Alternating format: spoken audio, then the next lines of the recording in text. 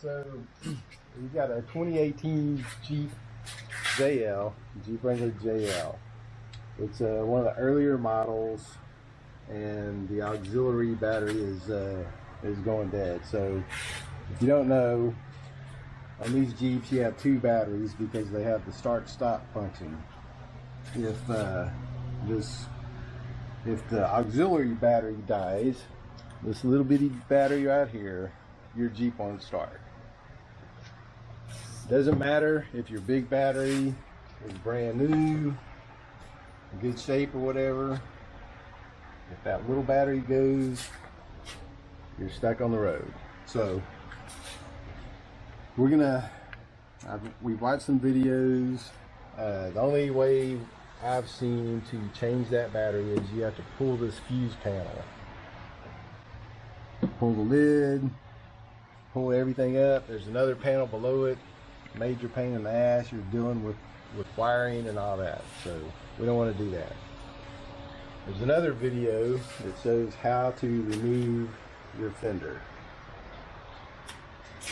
We can leave that in the comments below on how to remove the fender. We're not going to go into detail. There's a good video of that. Anyway, once that fender is removed, you have access to that auxiliary battery box right under here. I haven't seen this done.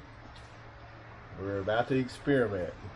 If this works, it could be a better way to change that battery, but we're fixing to find out. So we're going to pull this fender off, and then we'll see what we have.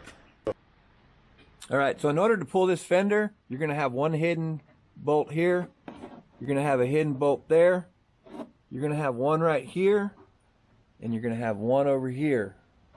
So that's a total of 4. 4 screws are out.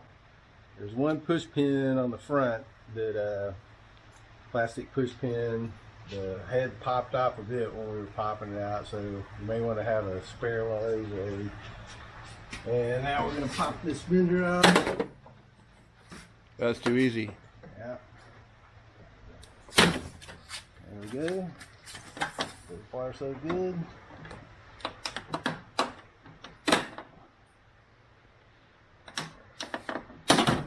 That's way too easy.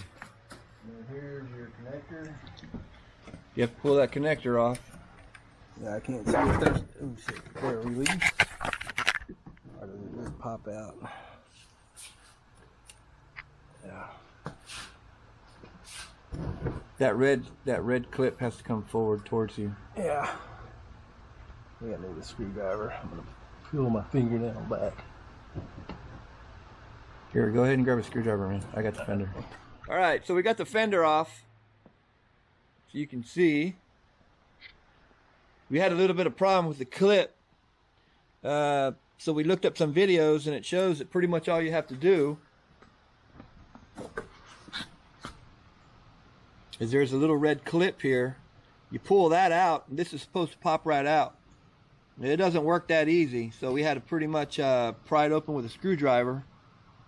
So be careful how you do this, and when you look at other videos on how to do this, they tell you all you do is you pull this back, the little red lever, and it pulls apart.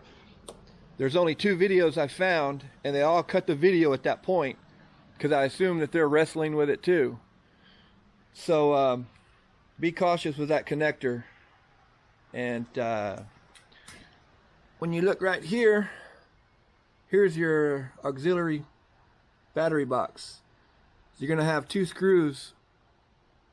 They look like 10 millimeters. So you're going to have one here. You'll have another one here. And then you have one in the back. So let's get that unbolted, and hopefully this thing's just going to drop down, and then we can just replace that battery and put it all back together. So hang tight. Alright, we've got all the bolts off the battery box except for 2. He's taking the last couple out. We're going to drop it and see what we have here. Oh, there's the battery. Bingo, that is just too easy. Hanging. Access to your bolts.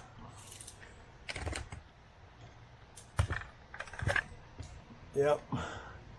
There it is. Way too easy. Pull the cables. Be careful not to short to anything. as usual. So, you want to pull it? Yeah, I just hit the red one.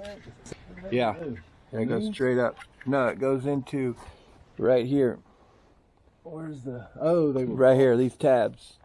Yeah. So now we're getting putting it back together. Hang on. Oh, fuck. Oh shit. Hang on. I just. Oh shoot! All right, so the battery's back in. Got to tighten this screw up, this screw up. There's one in the back. When you're trying to fight this battery to put it back in, be careful with this bracket. Don't hit yourself in the head with it, because it hurts. So, gonna tighten this back up. Obviously, we don't need to have a video on how to tighten that back up because it's only 3 screws. And then we'll try to put this fender back together. Okay, so 2 clips got broken. We got one here that broke. We got one here that broke. And that's it. All the others were good when we pulled the fender off. So, here's the old one. I don't know if you can tell.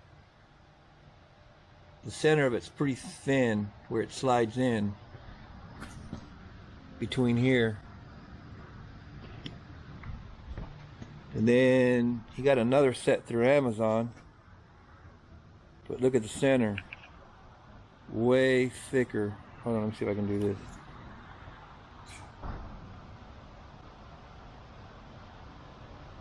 You see that difference? You know what? So we're gonna make it work by using the Dremel and widening the hole a little. Yeah. Oh, that works even better, man. So you can get a box of 25 clips. How much did you pay on Amazon? $6. $6 compared to what Jeep wants to charge you, which I'm sure is an arm and a leg. Yeah, so see those black ones on there? Yeah. So when we bought that Jeep, they sent it out and had those fenders wrapped black. We didn't want white fenders. And I bet you that those are replacement clips. I don't know for sure. Oh yeah, no doubt. You would think all of them would be the white, same. yeah.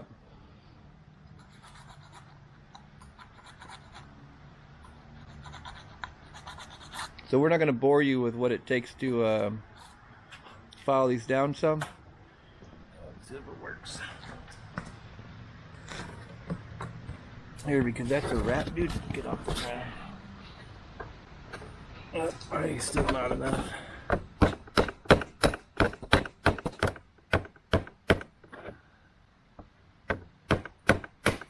Yep, broke it. It's still usable. Yeah, but It's still usable. I think If you have a file, you can file this right here. yeah. Because obviously you're going to be using those clips and not the white ones. Right. Because look at your clips and look at these clips and they're almost identical. Oh. Alright. Now I know how much I need to take it down.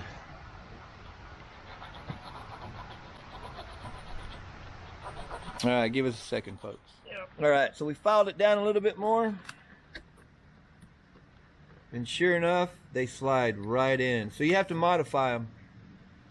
So, $6 for 25 clips. I know you ain't going to be buying brand new ones from the dealer.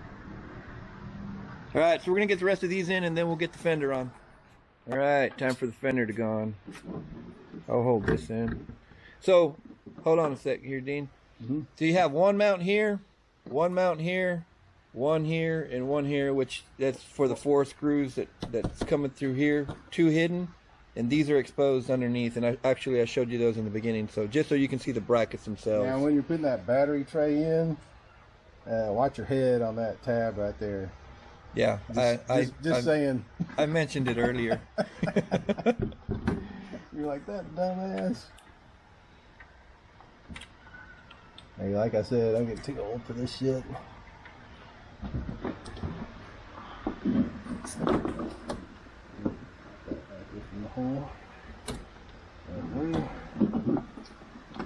So basically, you're just going to line the fender back up. You got some alignment pins right here. which are these real long ones. Those are your alignment pins. Yep. All right, so I'll hold this, snap the back in. Where do we want to start? Front or back? I would start from the back, go forward.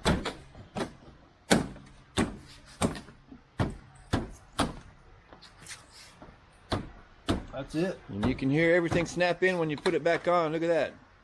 That's simple. Just need those bolts back in and put the 4 bolts back in and you're done. And then you're going to have one slip clip which goes, you can't even see it.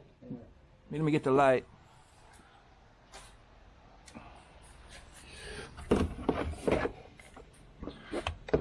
Right there. It's just one of those push button clips, or push type with all the little grooves on it. Simple. That one broke, so we're gonna have to find one. But that's how you change the auxiliary battery.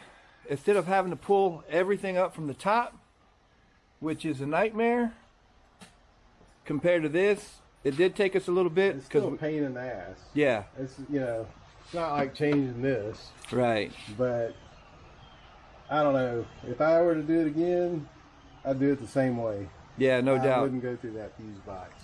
No doubt. So it works. All right, folks. Any questions? Let us know. Let us know what you think. Like, subscribe, share. Keep on crawling.